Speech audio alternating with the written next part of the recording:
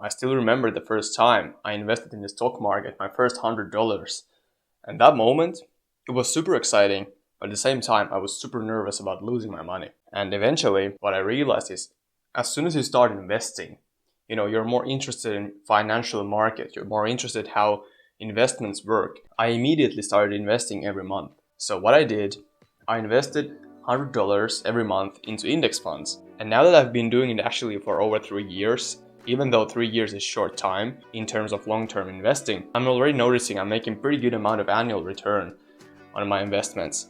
And that's what keeps me going. And that's why today I want to talk to you how to start investing with $100, and especially if you're a beginner. So number one, invest in index funds. So why index funds are so great for starting investing is that basically you don't have to know anything about stocks or investing in general. You can go and put, for example, $100 every month into an index fund and automate the process. On a specific day every month, your money goes automatically into an index fund. And index funds are extremely great to start with because they have low cost, which means they are cost effective.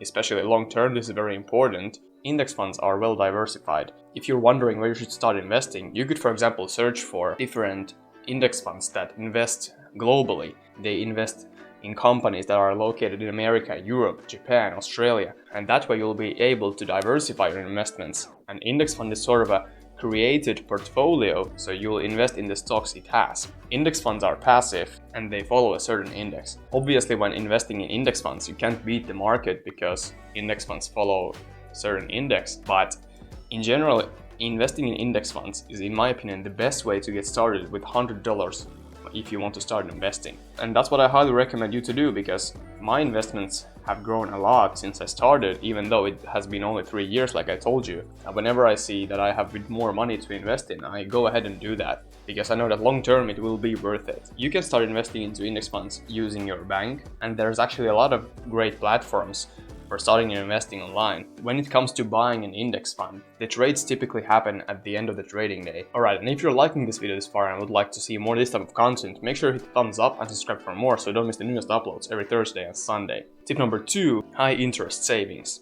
So I know this is not the same as investing in the stock market, but if you are a person who can't deal with risk, this is a perfect opportunity for you, because there's still a lot of great options where you can invest in high yield savings account with basically zero risk. It's a safe option, so basically you have zero risk and you're guaranteed to get, for example, 3% annual interest on your investments. And obviously that's not a lot, because in stock market, by investing in index funds, you can make over 20% on a good year. But if you want to start investing risk-free, I would still recommend putting that $100 into high yield savings account.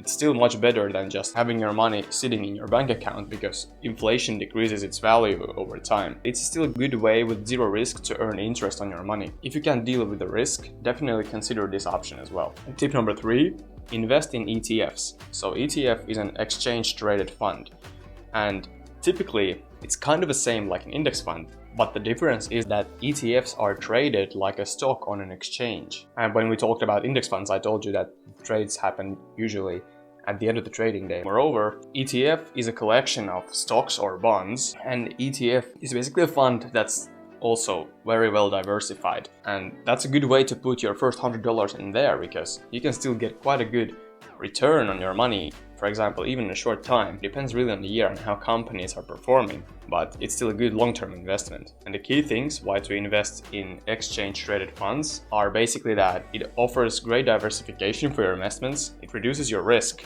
and you don't have to actually play with individual stocks. So definitely consider this option if you only have $100 to invest, because it's still a good amount to get started with. You get much more interested about how the market works.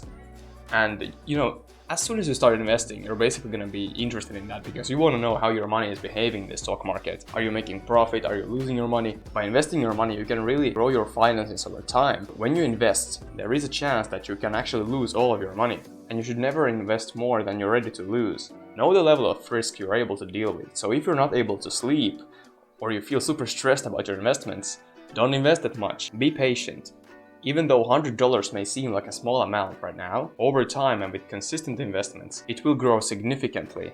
because of compound interest, and that's the magic of investing and long-term investing. And one pro tip I want to give you is that once you've built a habit of investing, start adding more money to your investments every month. The more money you can get into your investments, the more potential growth you can reach as your investments grow and time goes by. My own experiences with investments this far have been extremely good when talking about index funds. I have a couple of different individual stocks. Some of them are performing really good, some of them are not performing good at all, but I think that's the good way of realizing and understanding that picking individual stocks is hard, because you have to make research and really be, investing your time into researching stocks and making right decisions. What I do mainly right now is I invest in index funds, and I can get actually pretty good annual return on my investments, even though I'm not making basically any stock research. And that's why you should also start with index funds, because they're extremely beginner friendly. And I think that being said, that's all I got for this video. If you made it to the end, I highly appreciate you. If you're interested in more financial videos, make sure to watch this video next. It is about 4 best ways to make money. And if you're new to the channel,